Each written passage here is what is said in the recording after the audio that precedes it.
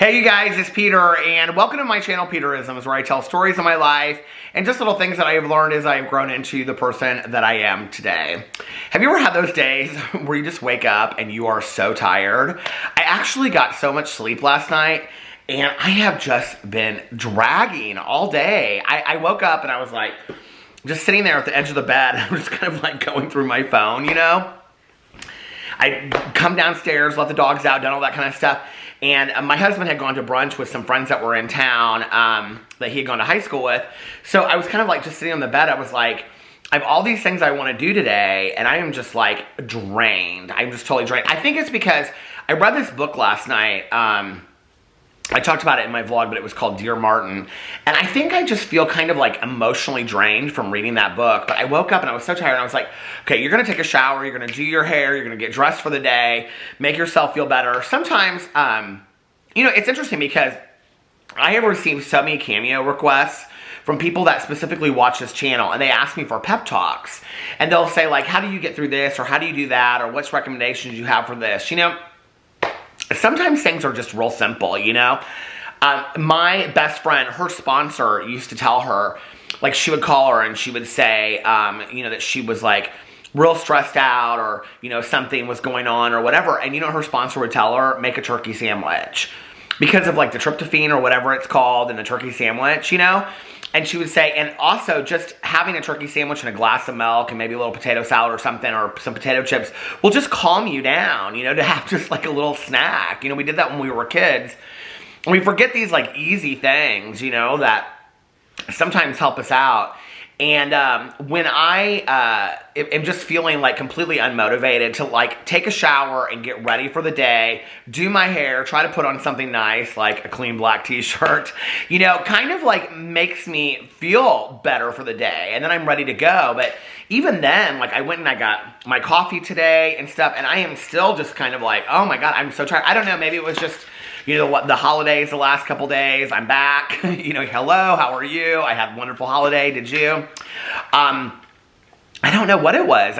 I'm really like kind of just, I could lay down for like 4 hours. In fact, it was funny because yesterday, I was going to film a bunch of videos yesterday, and I decided that I wasn't going to because Alex was like, well, why don't we just spend some time together and stuff? And so we ended up taking like a 2-hour nap, and it was so cozy and nice. And we were in our flannel, you know, red tartan plaid bedspread and all this kind of stuff. And the dogs were all cozy around us and stuff.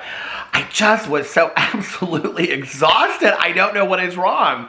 But anyway, let's get into today's meditations. Hopefully tomorrow I'll wake up and I'll be more spirited and ready to go. I was actually talking to my friend Tanya about this today, and she said, you know, she said, Peter, was it Tanya or was it Valerie? I think I was talking to my friend Valerie, actually.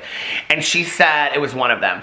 I think it was my friend Valerie, actually. So, hey, Valerie. She doesn't even watch this channel. She watches all, she's my one good friend that watches all my other channels, especially my vlog, but she doesn't watch this. But she said, Peter, she said, you literally post videos, at least 2 videos, 3 videos, every single day on every single channel. She was like, you know, you could take a week off and just relax. And I'm like, I know, but there's always videos that I want to make. And so then I was like, well, I'll just do a review video and then I'll do my vlog. And then I ended up doing a book video, and I came home and I was like, well, I want to do a drama video. And if I'm going to do a drama video, well, I might as well do a Peterisms video. So see what happens? Because I just love this, you know? I was actually talking to somebody today in a cameo. They were, you know, asking about like how to, so hello out there too, you know who you are. They were asking like, you know, how to keep going when, about, I think, creative ventures. And I said, you know, you have to find that fire inside of you to ignite when it's not so much like, oh, I have to do something, but I can't not do it. And that's how I feel about making videos. And I feel so absolutely blessed to just be able to get on video every single day. You know, I mean, there's not tons of people that, maybe 500 people that watch this channel. But for all of you out there, thank you for watching. It really means a lot to me. I get so much from this channel and reading these meditations. I love it. So I thought, because we're ending the year, that I would go and read the Melody Beatty books today. Not saying that I'm never going to read them again. I'm just saying that because I got new books, I'm going to try to buy a few more new ones.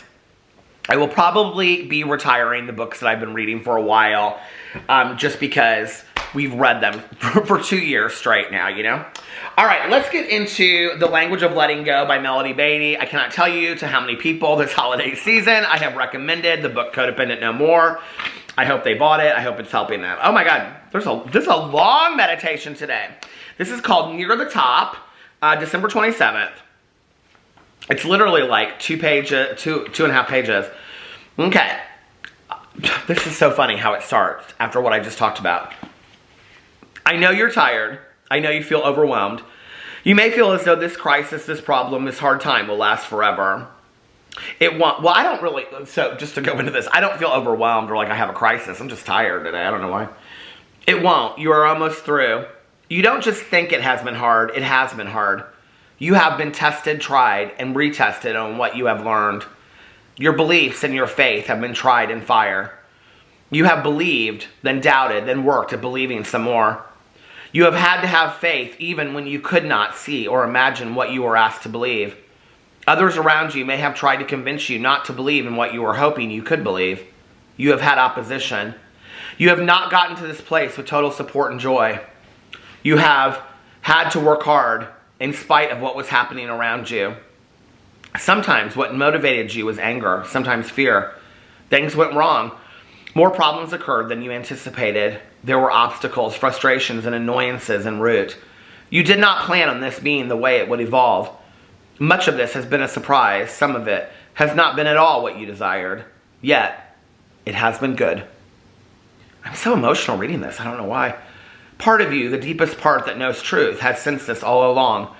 Even when your head told you that things were out of whack and crazy, that there was no plan or purpose, that God had forgotten you.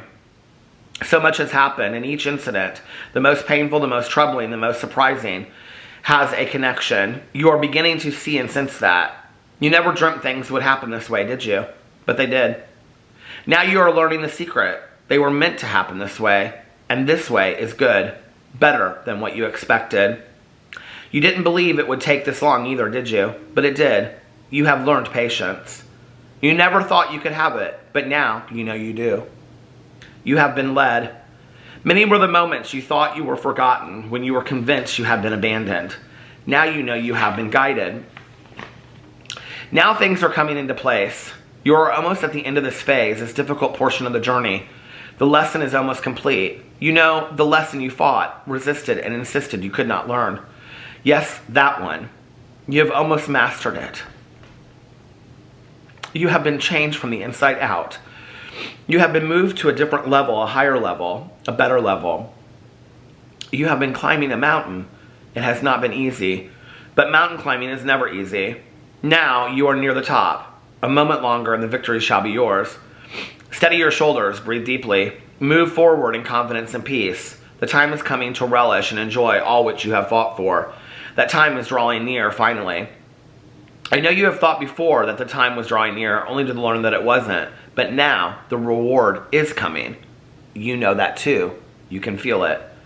Your struggle has not been in vain. For every struggle on this journey, there is a climax, a resolution. Peace, joy, abundant blessings, and reward are yours here on earth. Enjoy. There will be more mountains.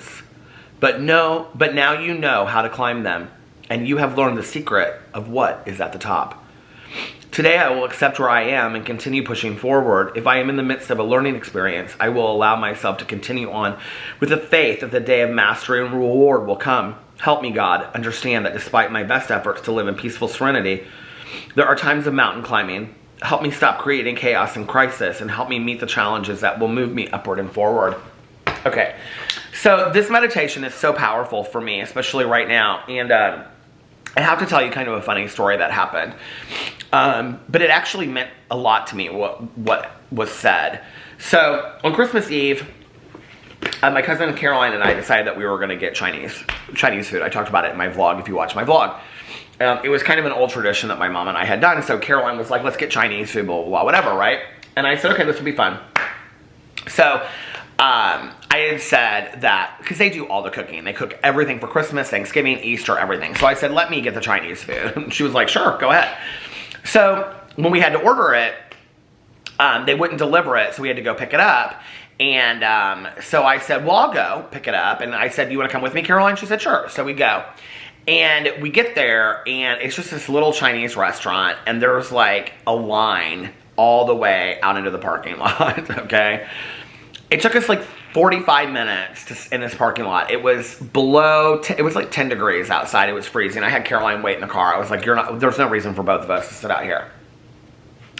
So I waited out there, and I was talking to the people and stuff, and in fact, at this one point, this person kind of like overstepped the line and went inside, and everybody was like complaining about it. And I said, is everybody just going to complain about it and not say anything? So I stepped inside and I said, excuse me. I said, he's like, oh, I'm here just to pick up an order. And I'm like, we're all here just to pick up an order, you know? The line's out in the parking lot. This guy got so mad he just left, you know?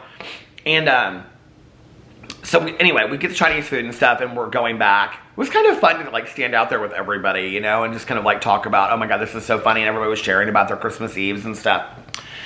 And you know, in the midst of all of that, everybody had a mask on. Everybody was like 6 feet apart, you know, and everybody like was very decent to one another, you know. So we got in the car and we were going back, and I was kind of laughing with Caroline, and she was like, you are such a rock star. And I was like, for what? And she was like, you literally did not complain once. And I'm not saying this to pat my back, okay? Like, she got back and she was telling Alex and her husband, she was like, Peter literally did not complain. She goes, I would have just like driven away. She was like, no. And Peter was like, no, let's just like, we can wait. I'll wait in line. It's no big deal, right? And she was like, it was so freezing cold outside. It was like such a long line. I mean, it was really cold, so anyway, she was like, I can't believe that he didn't complain or anything. And she said to Alex, she's like, does that surprise you? And he goes, no, it would have a couple years ago, but not anymore. And it was such a testament to me that she said that. And I'm not saying that to pat my own back. It really meant so much to me that other people have witnessed the work that I have done inside. And here's the thing, you know, I just last Tuesday got my coin from my sponsor, and she stood up at my home group meeting and said some very, very nice things about me. And she talked about all the work that I've done in the last year, and that I've dug deep, and I've done like some really intense inventory and made some serious amends that were important to me. And you know, it was a couple years ago where there's always been a lot of things that have been recommended to me in recovery, but I'll do a little bit of this and a little bit of that, right? Well, a couple years ago, I got this new sponsor since I've been on YouTube, and she's fantastic, and I adore her, and she's one of my dearest friends, but I also know my place with her, and she challenges me. And she'll say things to me like, how sober do you want to be, right? Like, we don't get to decide the conditions of our sobriety. Like, how sober do you want to be? Like, how good do you want to feel? Not how sober, but like, how good do you want to feel inside, right? Well, if you want to feel good, and if you want all of the rewards of sobriety, then you have to do the work, right? Well, 2.5 years ago, I decided I was going to do the work. I decided that I needed to take a look at who I had been in my past and who I am today and who I want to be going forward.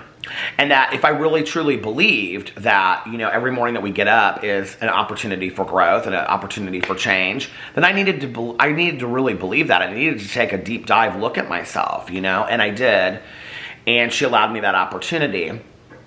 And I got very, very involved in my 12-step program and, you know, this literature group that I have with my friends on Monday nights. It's just like I've done a lot of intense work, and I can tell that it's starting to pay off. And the payoff for me is that inside, I don't feel anymore like when I'm sitting there and I'm talking with friends, right? Things that used to bring me to the point of like wanting to be like, like to like react or get like angry inside or whatever. Like, I don't have that inside of me anymore. I just don't. I have a peace and a serenity about me that I just can't really get there. Like, maybe about watching The Real Housewives, and I'll be sitting here with Alex and I'll be like, I can't believe, you know. But even then, like, I don't have the same reaction that I had, you know, 5-6 years ago. I just don't. And I can see I'm nearing the end of this work that I've been doing, you know. And then, of course, there will be other mountains to climb. There will be new lessons for me to learn in my life. But this lesson that I have, this ability to have grace and serenity, see, because I always saw that in other people, and I thought it was something they were born with. And I wanted that so bad for myself. I wanted that serenity of the heart. You know, I wanted that peace, that just in situations like that, to be of service, to be calm, to be peaceful. I wanted to be able to be that I didn't have to react in some kind of like out their way. You know, I wanted to be really in touch with my emotions. I wanted to not be afraid to cry and allow myself to get super emotional and it not have to be emotional positive, like joy, happiness, but also emotional sadness, anger, and allow myself to feel those authentic emotions inside and not apologize for them. And I've been on this journey for quite some time, and I'm starting to see the rewards from it, because the rewards are now, I don't respond or react to things the way that I used to. There's a calmness, there's a stillness. I love the word still. There's a stillness in me that I didn't have before. And not always, but I see it several moments during the day. You know, it's like you visualize like a grassy kind of knoll, you know, like with like a tree next to like a little bubbling creek. And you think about how still and quiet that is, just to sit next to that, you know, long grasses out in the spring or in the hot summer, you know. And there was this weeping willow tree underneath like this just bubbling little creek, right, that you could walk in and it would be like a foot deep. That stillness is within me now. Like I can see that place inside of me, you know. I couldn't before. I was chaos manifested into chaotic energy to the point where I literally was just stressed all the time. I think one thing actually that really helped me, I know this is going to sound crazy, but one of the things that really helped me too was like going to the pool this summer and just sitting, and I would get my coffee and then I would just, you know, I thought my phone was here, but it was my glasses. Like you can, they're like, do you see that? the light is reflecting off these. But I would just sit there and, you know, I would talk to like the neighbors that came in and stuff. And it was like just so relaxing and nice. I would sit there for like 4 or 5 hours, just sit on the steps in the pool, right? And drink my coffee and talk to my neighbors about books and movies and, you know, and it was just so nice just to be still. I have really learned that this year. Like if you watch my vlogs, that one of the things I really wanted to do this year was watch some TV shows, really be present, you know. And I know that sounds corny, but I've learned that. I've learned to really be present this year and enjoy life and be still. You know, and there's such a power that comes with that I didn't have that before, you know. And I'm nearing the end of that lesson, and new lessons will appear, you know. All right, let's read from Journey to the Heart by Melody Beatty. That was such a fantastic meditation. Probably one of my favorite meditations that I've read in a long time. Okay, I'm afraid that my battery's going to start dying. This has gone long, hasn't it? December 27th. Embrace your destiny. Her words were simple but profound. Fall in love with your destiny. How often we search outside of ourselves for some elusive moment, for an experience like someone else is having, for an emotion we'd like to feel but aren't, at least not right now. How often we long to be somewhere other than where we are, or someone other than who we are. How easy it can be to complain about and regret our past, thinking it's somehow wrong. The answer is to fall in love. Fall in love with your own life. Our destiny isn't some far-off moment or something that happens to someone else. Our destiny is taking place right now. It's been happening all along. Destiny is that mysterious force or energy that magically intertwines with choice, free will, and fate. Let all of those elements weave together and create your life. But know you can help create it too by falling in love with your own life. Love all the places you have gone and all the places you will go. Love the lessons you have learned and the way you have learned them. Most of all, love where you are right now, because that's where your destiny lies. See, this is what I'm talking about with being present. Like, this has got so emotional today. I don't know what you're doing to me, God. But anyway, I'm so grateful for my life. And I am somebody that has fallen in love with my life very, very much. I say this all the time. I have a life beyond my wildest dreams. I feel so blessed to have my life, you know? Back in the day, I would have said, like, you know, if I could trade my life with this person or that person, I wouldn't trade my life with somebody today. You know, I have a magical life. I love the word magical is one of my favorite words. I have a magical life today, you know? And the things that I want in my life, I can create and have, you know? And I'm not talking about superficial, physical things. Yes, those are nice. We all like nice things, okay? I'm talking about friendships and interactions and even just being a roadside armchair traveler by listening to audiobooks of other places that I'll probably never go, or having plants. I mean, all the plants that I have in my house, they all cost me $5 or $10 at Meijer, I mean, they did. I mean, this plant right here was like $12.99, and it makes me so happy, and it's like, just having, colorful paintings around me and things. We make our life, We definitely make our lives, and you have to fall in love with that life. You've only got one. It's the only life you're ever going to be given. So anyway, I love you guys very, very much. Thank you for watching, and I will see you tomorrow. Bye.